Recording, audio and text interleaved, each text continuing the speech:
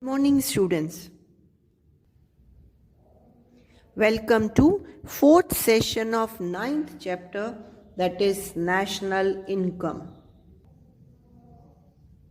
The measurement of national income means calculation done on the basis of various concepts of national income. So there are three concepts of national income and there are three methods even to calculate national income on the basis of these three concepts. So these three concepts or these three methods are: number one, that is production method; number two, that is income method; and number three, that is expenditure method. In today's session, we will discuss in detail our first method, that is production method. Yes, production method. This method of calculating national income has been developed from the definition given by Professor Marshall. What is that? The sum of monetary value of finished goods or services produced in agriculture, industries, and service sector. So, the sum of monetary value of goods and service, that is the national income. Now, find out production in agriculture, industry, and service sector. Then, it is multiplied by market value and find out money value. Now, this money value only, that is national income through production method. Some important facts. Now, national income is calculated by keeping in mind the following things. In that, number one, that is classification of economy in different sectors. To obtain the national income, the economy is classified into various sectors like agriculture, industries, services, mines, construction, manufacturing, trade, commerce, transportation, communication, banking, education, etc. While calculating national income, value of only finished goods and services produced in the economy is considered. That is, value of goods and services still in the process of production, which is called intermediate goods or services, are not calculated. Third, income, that is service of housewife. Household work done by housewives is not sold in the market, so its monetary value cannot be measured. So it is not considered while calculating national income. Next, that is self-consumption. Goods produced for self-consumption are not sold in the market, so again their monetary value cannot be measured. Hence, such goods are not considered in national income. As an exception, the food grain produced by Indian farmers for self-consumption, only this is considered in national income. Next, that is defense or police. There are no markets for goods produced for defense and police services except using them in defense or police. So, these goods which are produced by defense or police, those are not considered in calculation of national income. Next is, that is imputed rent. Those who live in their own house do not need to pay rent. This benefit of rent that they get is a part of their income and is called imputed rent. Here we assume that if the house is given to someone on rent, it can earn rental income, and so that value is considered in national income. Double counting. Double counting means counting the value of the same product or expenditure twice, that is more than once.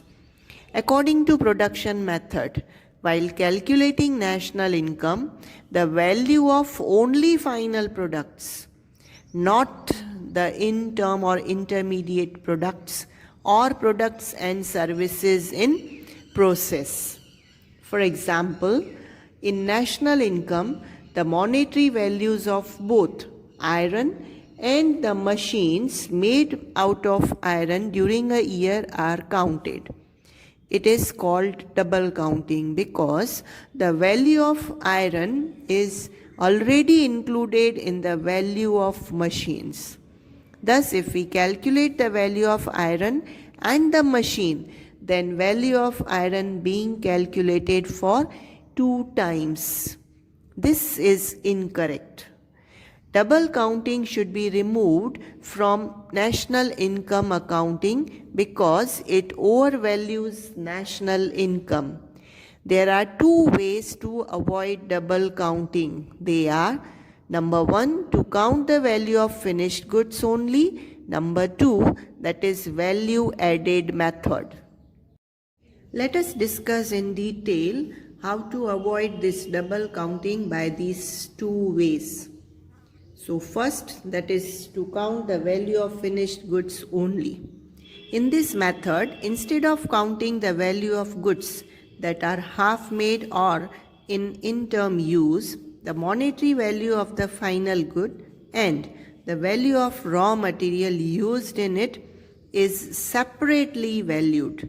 For example, if the value of machine, which is a finished good, and the value of iron involved in it are considered separately, so the problem of double counting can be solved. To avoid double counting, second method, that is value added method. In production process, when a production of goods goes from one stage to another stage, its monetary value increases. If this increased value is drawn out and added in national product, then double counting does not occur. Let us discuss this with one example. In a factory, cotton of rupees 100 is brought and yarn of rupees 200 is made out of it, and cloth of rupees 280 is made out of the year. Now monetary value of rupees 100 plus 200 plus 280, that is rupees 580, is counted in national product. Now this is only double counting because cotton, yarn and cloth, these 3 values are added. So in cloth, cotton and yarn value is added, and in yarn, cotton value is added. So you can say that value of cotton is considered and counted for 3 times. But if the value of cotton of rupees 100 plus yarn of rupees 100 plus cloth of rupees 80 is counted, or value addition of rupees 280 is considered, then double counting does not occur. So this example shows that factor cost is 0 because here it is assumed that the production of cotton is of the previous year, which has been considered in the national product of the previous year. So this way, by these 2 ways, that is to count the value of finished goods only, and second, that is value added method, this double counting can be avoided. Next, that is indirect tax and subsidy. Due to inclusion of indirect taxes in the market value of goods, the indirect taxes are deducted to find out national product, and the subsidy given by the government, that is added. Next, that is resale. If a good was produced in the past, its value was counted in the national product at that time. When it is resold, its value is not counted. If it is counted, it will be double counting. For example, if a house purchased in the year 2000 is resold today, this resale is not considered in national product. Next, that is to deduct depreciation. During the process of production, the depreciation related to capital factor, that is always deducted from the national product. 11th point, that is export value. Here, export value is always added, while last, that is value of smuggled or illegal goods.